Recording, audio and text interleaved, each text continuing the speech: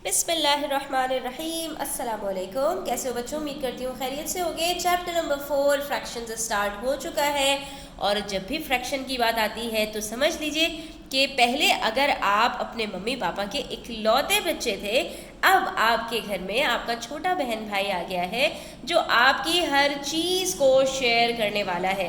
तो जब भी आपकी ज़िंदगी में कोई शेयरिंग होने लगती है तो इसका मतलब ये होता है कि अब पूरी चीज़ आपको नहीं मिलेगी, बल्कि उसके कुछ पार्ट्स किए जाएंगे और उसमें से कुछ हिस्सा अब आपके पास आ जाएगा। तो फ्रैक्शंस हम कहते हैं किसी भी चीज़ के पार्ट्स कर देने को, किसी भी चीज़ को डिवाइड कर देने को, और उसके अंदर आ जाती है शेयरिंग। ठीक है, इसीलिए जब हम बात करते हैं फ्रैक्शंस की तो उसी के साथ हमारे पास क्या चीज़ आ जाती है? डिवीजन। यानी कि एक चीज़ को डिवाइड कर दो, और डिवीजन भी कैसा होना चाहिए? बिल्कुल इक्वल पार्ट्स होने चाहिए। जैसा कि यहाँ पर आप एक सर्कल देख सकते हैं और इसमें हमारे पास कुल 5 पार्ट्स हैं, लेकिन जो भी पार्ट्स हैं वो इक्वली डिवाइडेड है। ठीक है, यानी सबका जो पोर्शन है वो बिल्कुल इक्वल होना चाहिए। इसको हम कहते हैं फ्रैक्शंस। ठीक है, अब यहाँ पर हमसे कहा जा रहा है कि आपके पास यहाँ पर कुछ जो है वो चीज़ें रखी गई हैं, आपको इसको फ्रैक्शन के अंदर एक्सप्रेस करना है। ठीक है, तो हम पहले एक चीज़ को डिवाइड करेंगे कि हमारे पास टोटल हैं कितनी चीज़ें, और उसके बाद देखेंगे कि हर चीज़ के अंदर कितने पार्ट्स हैं, तो उसको उसी के अंदर हम डिवाइड कर देंगे। ठीक है, यहाँ पर हमसे कह रहे हैं 2 cakes are shared equally among 5 children. ठीक है, 2 केक्स हैं और 2 केक्स को शेयर करना है 5 बच्चों के अंदर। तो 2 केक्स हैं और बच्चे ज़्यादा हैं, तो इसका मतलब क्या हुआ कि बच्चों को पूरा पूरा केक नहीं मिल सकता। यकीनी बात है कि उसके अंदर कुछ पीसेस बनाने पड़ेंगे।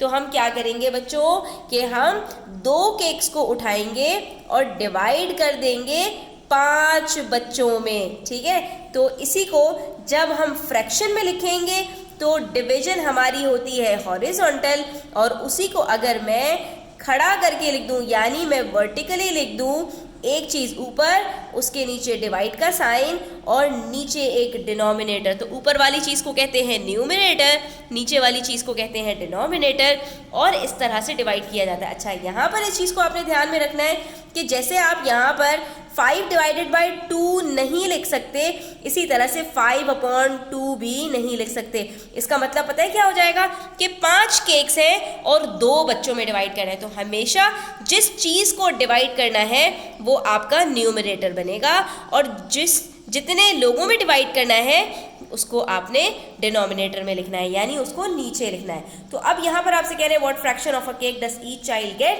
तो हर बच्चे को 2/5 केक मिलेगा। और 2/5 का मतलब क्या है? यानी हर बच्चे को 2 पीसेस मिलेंगे 5 में से, यानी हर केक में 5 पीसेस किए जाएंगे और हर बच्चे को 5 पीसेस में से 2 पीसेस मिलेंगे। तो इस तरह से एक केक के अंदर 2 बच्चों को 2 पीसेस मिल जाएंगे और तीसरे बच्चे को आधा पीस इसमें से मिलेगा और आधा पीस दूसरे केक में से मिलेगा, और उसके बाद बाकी जो 2 बच्चे बच जाएंगे उन दोनों को भी 2 पीसेस मिल जाएंगे। इस तरह ये पूरे 2 केक्स इक्वली डिवाइड हो जाएंगे 5 बच्चों के अंदर। ठीक है बच्चों, तो इसी तरह से इसको हम क्या कहते हैं? 2 divided by 5 is equals to 2/5, और हम क्या कहेंगे? Each child gets 2/5 of a cake, यानी एक केक में से 5 हिस्से होंगे और 5 में से हर बच्चे को 2 पीसेस मिल जाएंगे। इसी तरह से यहाँ पर हमारे पास क्वेश्चन नंबर 1 का पार्ट बी है, which says a 3 metre string is cut, यानी एक जो है वो रस्सी क्या नाम है, धागा है, या जो है आपके पास एक रस्सी है, डोरी है, उसको कट किया है 4 इक्वल पीसेस के अंदर, और उसकी लेंथ कितनी है? 3 मीटर की वो हमारे पास डोरी है। What is the length of each piece of string, अब अगर उस पूरी जो डोरी है उसको 3 मीटर को हमने 4 पीसेस के अंदर डिवाइड करना है, तो आप देख सकते हैं 3 मीटर के बजाय अगर ये 4 मीटर होता, 4 इक्वल पीसेस में करना होता, तो हम सिंपली क्या करते? 4 को 4 से डिवाइड करते, आंसर आ जाता 1, यानी हर पीस हमारा 1 मीटर का होता। लेकिन यहाँ पर हमारे पास मीटर कम है, तो अब हम क्या करेंगे?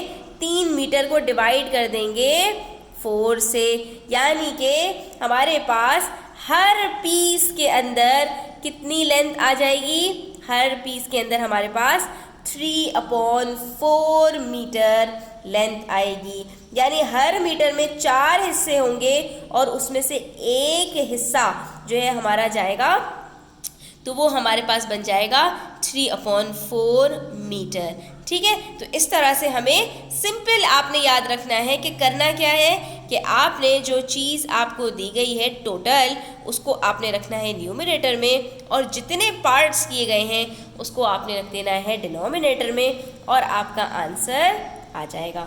तो जनाब, ये हमारा पेज नंबर 53 कंप्लीट हो गया है। इसी तरह हमारे पास पेज नंबर 54 के ऊपर पार्ट सी है, जिसमें हमसे कह रहे हैं Meiling poured 5 litres of lemon tea, उसके पास 5 लीटर लेमन टी है, इक्वली इनटू 2 बॉटल्स, 2 बोतलों में उसको डालना है। उसके पास 5 लीटर है, अब की दफ़ा उसके पास जो अमाउंट है वो ज़्यादा है और सिर्फ 2 बॉटल्स में उसको डालना है। How much lemon tea was there in each bottle? तो हमने कहा भाई हमारे पास 2 बोतलें हैं और इसमें हमें 5 लीटर डालना है, तो हम कहेंगे she poured 5 litre of lemon tea into 2 bottles, that is 5/2, यानी कि हर बॉटल के अंदर जो है वो 5 का हाफ आ जाएगा। ठीक है, तो हम क्या कहेंगे? There was 5/2 litres lemon tea in each bottle. आपको यहाँ पर सिर्फ एक्सप्रेस करके दिखाना है, किसी लंबी चौड़ी एक्सप्लेनेशन के अंदर नहीं जाना। ठीक है, तो इसी तरह से हमारे पास पार्ट डी है, which says a baker puts 10 kg of sugar equally into 8 bags. अब की दफ़ा हमारे पास क्वांटिटी कितनी है? 10 kg ऑफ शुगर, और कितने बैग्स में डालना है? 8 बैग्स में। तो जो हमारे पास टोटल क्वांटिटी है वो न्यूमरेटर में आएगी, और जो हमारे पास बैग्स है, नंबर ऑफ बैग्स हैं, वो हमारे पास डिनोमिनेटर में आएगा।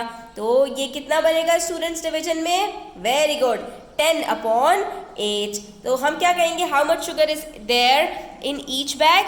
हमने कहा कि भाई हमारे पास 8 बैग्स हैं और 10 किलो चीनी है, तो हर बैग के अंदर 10/8 kg हमारे पास शुगर आ जाएगी, यानी कि 1 किलो से भी थोड़ी सी ज़्यादा शुगर हमारे पास हर बैग में आ जाएगी। ठीक है, हम क्या कहेंगे? Baker has put 10 kg of sugar into 8 bags, तो there was 10/8 kg of sugar in each bag. ये हमारा आंसर हो जाएगा।